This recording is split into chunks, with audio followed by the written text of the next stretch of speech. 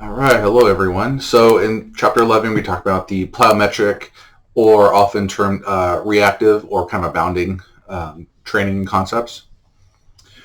So really about the plyometric training. So plyometric training, again, as I mentioned, also known as jump or reactive training, is a form of exercise that uses explosive movements such as bounding, hopping, and jumping to develop that muscular power.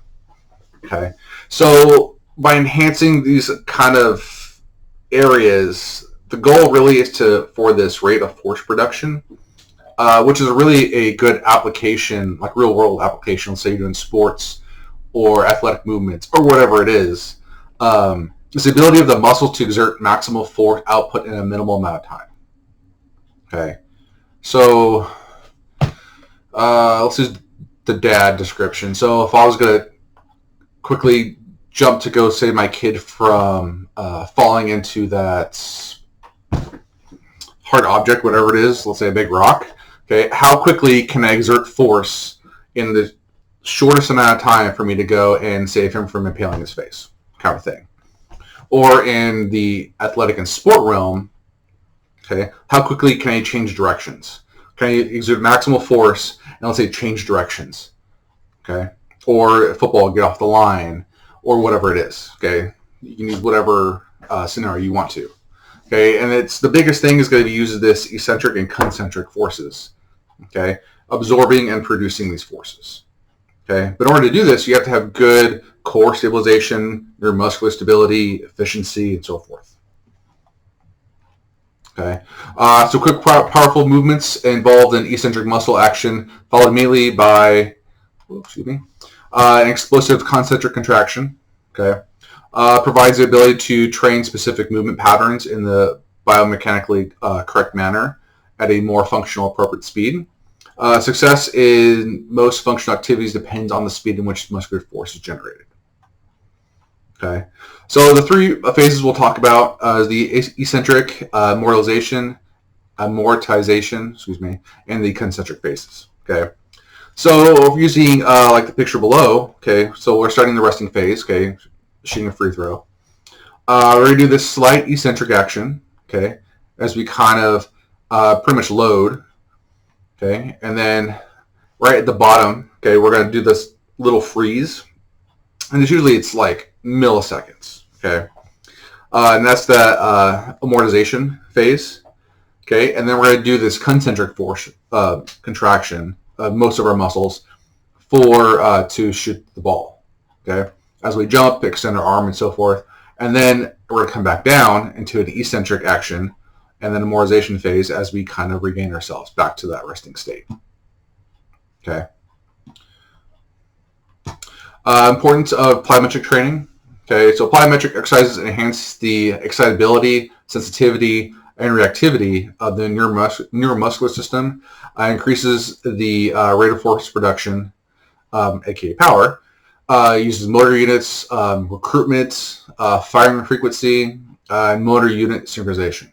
Okay, so all movement patterns that occur during functional activities include a series of repetitive stretch shortening cycles. Okay, so which is the eccentric and concentric contractions.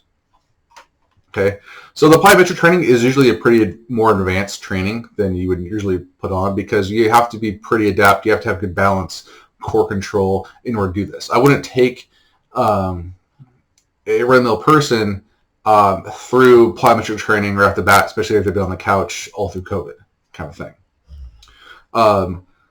So more kind of build up into this. Maybe do some of the lighter plyometric activities, great, but I wouldn't do like the full jumping lunges, for example. As we'll get to that, and that's probably the worst thing in the world activity-wise, and it's also one of the greatest activities you can do, in my opinion. Okay, so exercise, okay, must be safe, okay, because these are really kind of quick motions through a pretty big range of motion, almost a full range of motion, and there's a little bit higher chance of injury versus some other ones, just because of all like the big bounding activities. Done with supporting shoes and shoes appropriate for whatever surface you're on. Okay, really, really important. Performed in a proper training surface. Okay, so my go-to is grass or dirt. Something that a little bit more cushiony. You can do basketball court, track, whatever you want to do. And more of these, like especially the track surfaces, they absorb a little bit more. Off the top of my head, I have no idea what a tartan track is. I know the rubber tracks, which is really common. Basketball court, depending on wherever surface you have available. I like to really do a lot of these outside, especially on grass, in case they do like hit their knees, for example. They're not getting super scraped up. Okay. Make sure you are also progressive on these. Okay. Start off like slow, let them kind of get into it, and as they feel more comfortable, by all means, progress them. Okay, as needed safely. Variables. Okay, make sure you get all the planes of motion. Okay, really important. Don't just stick in the sagittal. Okay, get the other ones. Really important, because the plyometric stuff again is a little bit more functional in some ways, and so not all the time are we going straight ahead. Okay, usually be a little bit of side-to-side motion going on, and doing more of the kind of frontal plane, even some of the transverse with the different rotations, can help. One, make things a little bit harder, a little more challenging, more fun, and one, training more of that frontal plane motions and muscles can really help with that person's stability long-term wise. Type of implements you can use. I mean, the sky's endless. You can tape the ground, cones, boxes, medicine balls, hurdles, whatever you want to use. Okay, and then that all depends on the amplitude of the movement you're trying to do. Okay, whether it's small or large, and so forth. Okay, so let's talk about some of the stabilization exercises. Okay, so exercises involve a little joint motion. Okay, designed to establish optimal landing mechanics, postural alignment, and reactive neuromuscular efficiency. Okay, so just like the standing jump. Okay, great one. Probably my go-to for every person, especially right off the bat, regardless of their skill level, because there would be big emphasis on the stability of how they land. Okay, for example, I mean, I'm going to nitpick a little bit on this one. Okay, so we're in the kind of lowering phase. Okay, so we've loaded. This may be a little eccentric. Okay, because she's squatted down. She's gonna. Most of her weight is shifted on her right leg. Okay, she's gonna jump.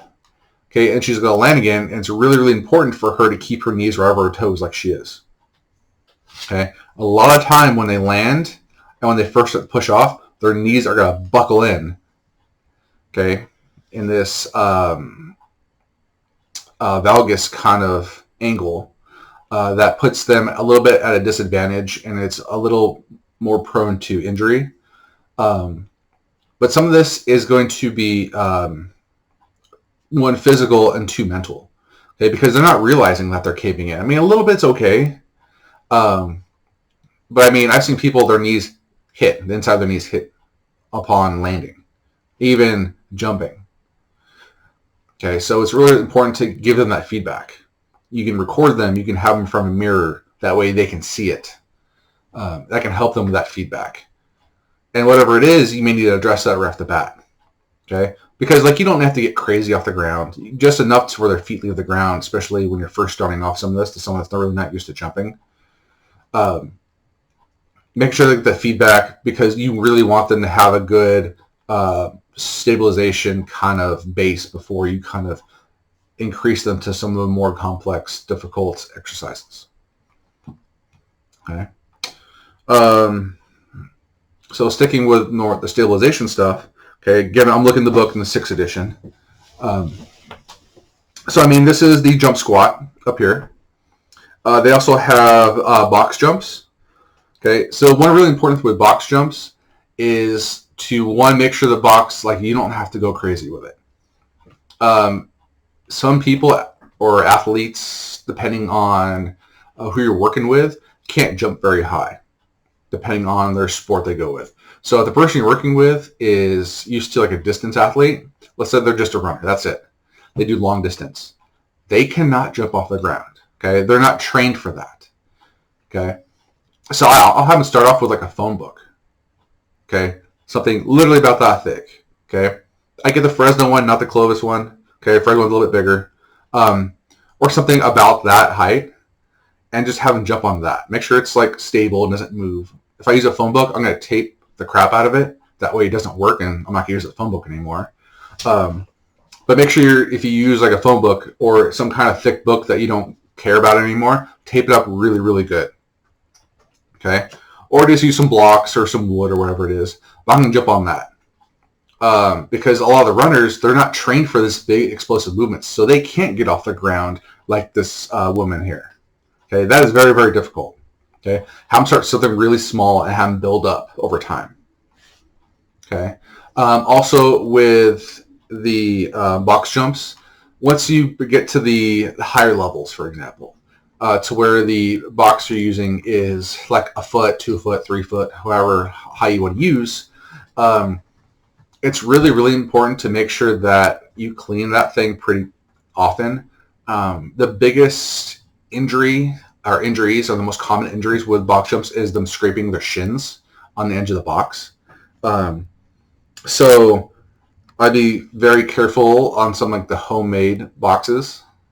Nothing against them because they can be made very, very well. But if a lot of times the infections on the shin from the scrapes get very, very bad, really, really badly infected. I've seen people hospitalized. I don't know why, it's just the box jumps. Maybe because all the crap that we step in our shoes and we hit the edge and that can get kind of dug deep into our skin. I don't know.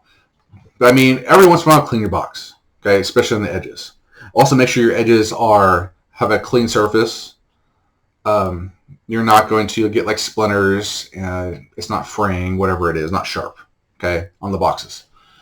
Just my experience from pretty much dealing with all the injuries associated with box jumps, okay. But that said, box jumps are a really, really great thing to do. Whatever box you do, you can use steps. Great thing. Okay. So the book, okay, again, I'm in the 6th edition.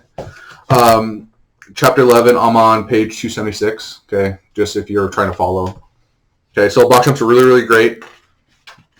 And they have the different ones in there. Okay. The different planes, as you can see. The top one is more the sagittal, jumping straight ahead. The next one down is the frontal plane. So they're jumping sideways. So like here, let's say she's jumping onto a box here and then back down the other side. Okay, frontal plane. And then the transverse plane, she's going to jump, make a 90-degree turn, land on a box, and then repeat that. Okay, so she's turning in midair, for example. Okay, go into the strength exercises for plyometrics. Okay, so these involve more dynamic, eccentric, and concentric movements through the full range of motion. Okay, so let me move on. So tough jumps, okay, like you see here, can get very difficult, okay, because it's very, very quick. Okay, so she's jumping up in the air, okay, and then she's tucking her knees in really high up, and then still landing, okay, and then repeating. One, they have to have a pretty good force production for this, okay? And then they have to land and make sure they land, the keywords are more like quiet and more sure they absorb that impact. They don't just land super hard, okay? So when they land, they actually have to absorb the impact, kind of really a really good eccentric absorption so they can do the next one again, okay? So, yeah, squat jumps in here for the strength, the tuck jumps, butt kicks. That one's a little pretty hard. As you jump, you kick your butt with both legs, okay, and land back down again. And then they have like the power step, which is a pretty common one in the book. To the more of the power exercises, okay, so these exercises involve the entire muscle action spectrum and contraction velocity spectrum during integration functional movements, blah, blah, blah, blah. Okay. So these require the full body motions, okay, perform as fast and explosively as possible. Okay. For one, this is the skater. Okay. She's going side to side.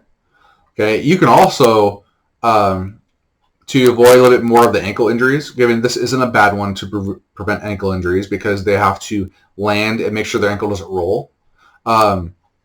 I maybe wouldn't do this one on grass or dirt. I would have this more of a firm object asphalt, concrete track, something with a really, really good grip. Okay, make sure they don't slide. Make sure the shoes are really good, and make sure they're laced up. Really common is a lot of athletes just slip on their shoes, so their shoes will slip all the time. Make sure that they're actually like tied. Okay, so the skaters, that's really good. You can also improve this. You can put like a little wedge. I've seen people either buy or make their own little wedge up here. That way they're landing more straight on an object and back and forth. That's also really good because then you can also dictate how far out they have to jump for the skating motion. Okay, whether it's 4 feet, 6 feet, really, really big explosive motion. Okay, for that power activity. Okay. The book also has a single leg power step up. Okay, and that's on page 284 if you want to follow that. That's also a really, really good one. And then they also talk about some of the proprioceptive plyometric activities in there.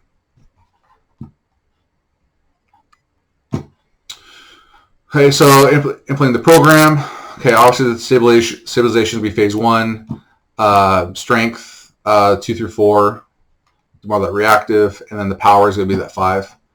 Plyometrics should be initiated once a proper strength, core, and balance base has been established. So make sure you kind of build up into the plyometric stuff. And also, you don't want to do multiple days of plyometric. You just want to have about 24 hours in between the activities.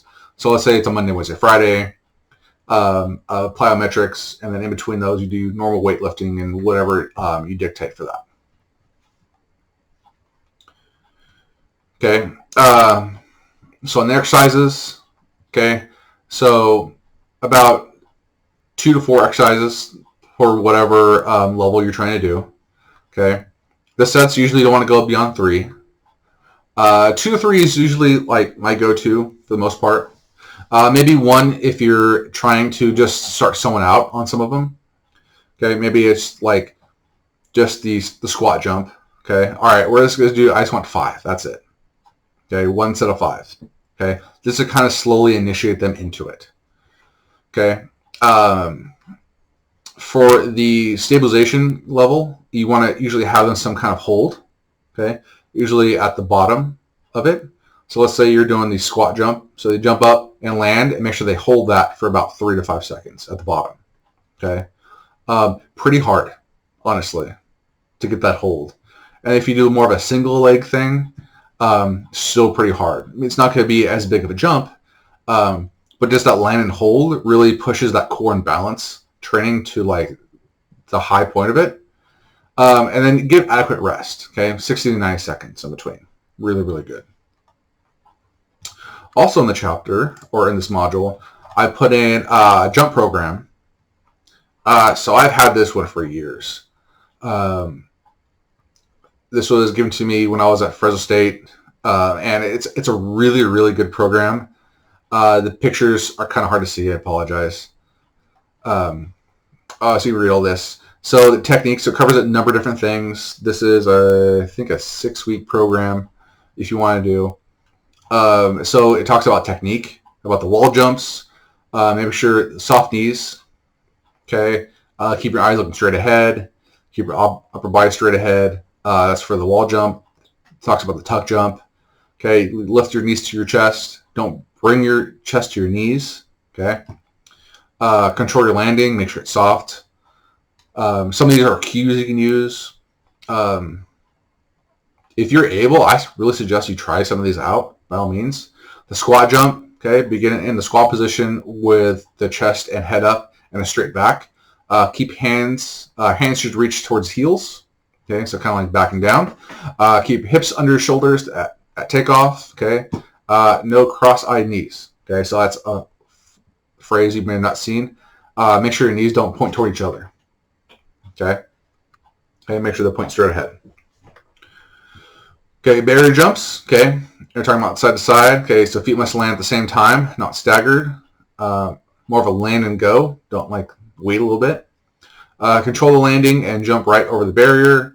Keep feet parallel to one side, and this goes on and on and on. Okay, so phase 1 they have in here. Okay, you see it's a Monday, Wednesday, Friday program. So this is 2 weeks long. Okay, so it's a warm up, so get a 5-minute jog or bike. Then you got some static stretches, some dynamic stretches. Okay. Okay, so the jump training. So perform jumps in the order listed. Take 60-second breaks between jumps. Okay, so you got platform drop downs. Okay, so you're starting off at 8-inch platform. Okay, so just under a foot. Okay, and you're just dropping down. Okay, you got to stick the landing. So you're going to stick and you're going to hold. Okay, for about 3 to 5 seconds, as we talked about. Okay, so week 1, just 10 reps. That's it. Okay, making sure you don't get that cross-eyed knees. Okay, make sure your knees go straight ahead over your toes when you land. Make sure your feet are shoulder width apart. Just more of a comfortable spacing. Don't have them directly together. Okay, that's weird. Okay, that's platform drop downs. Okay, and then you got the tuck jump. Okay, so week 1, you got 10 reps. Week 2, you got 12. Most of these. You got squat jumps. Okay, you got barrier jumps. Okay, so this is double leg. Okay, with 5-second holds. Okay, and I mean, maybe 10 reps is too much for week 1. Maybe do 2 sets of 5.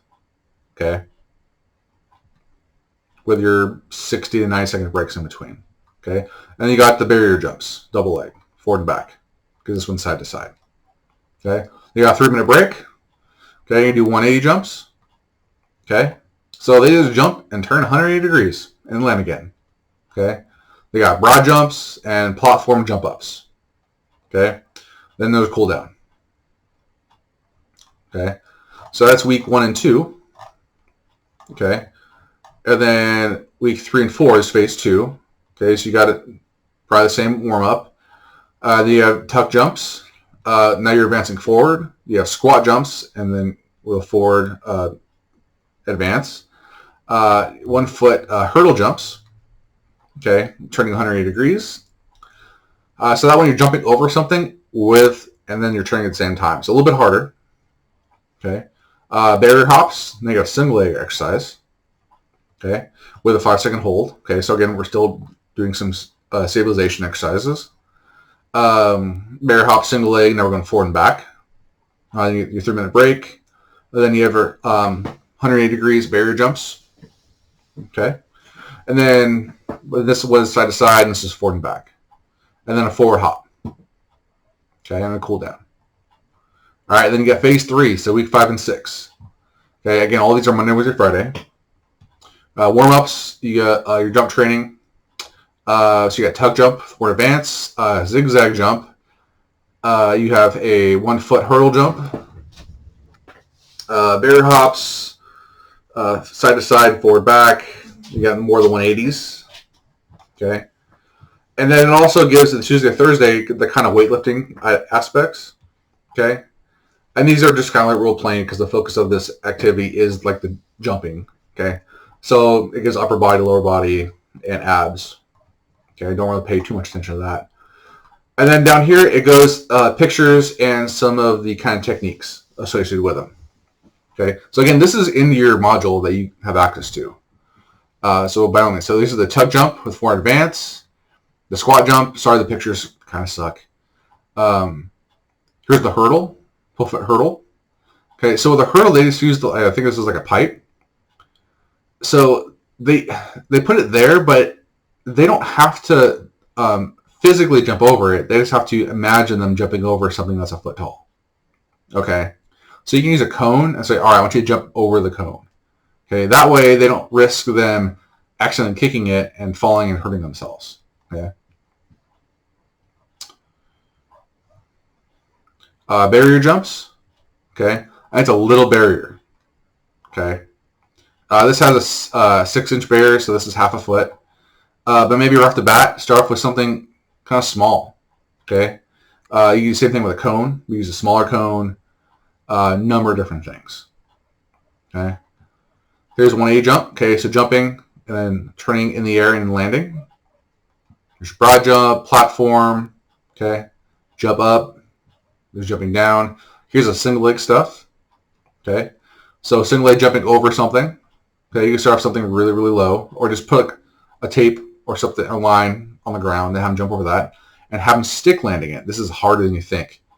Is once they kind of stick, they have to kind of hold that for about 3 to 5 seconds. Okay. That's side to side, forward, back. Okay. Again, this is phase 2, so this is exactly what we do for the phase 2 section. Okay. Here's a 180 hurdle jumps. Okay. So they jump in the air and then they hurdle over something. They land both feet at the same time. Okay. This is forward and back, so they turn 180 degrees. Okay. And they land forward backwards. Then we're in the phase 3 section. Okay, so we got the tuck jumps up here, the zigzag. Okay, so they're progressing forward as they jump double leg over this line. Okay, and then the list goes on. It shows you everything up there. Okay, shows you a little bit activities for, like, here's the warm up. Okay, so after you bike or jog. Okay, here's some static stretches. Here's some more dynamic ones, and then here's your cool down. Okay, here's a more in depth on some aspects, and that is the jump protocol. Okay, so that is there for you. Really, really good. I highly suggest trying it out. If you're towards that level, even trying some of them in the first phase, and it's harder than you think for some. Okay.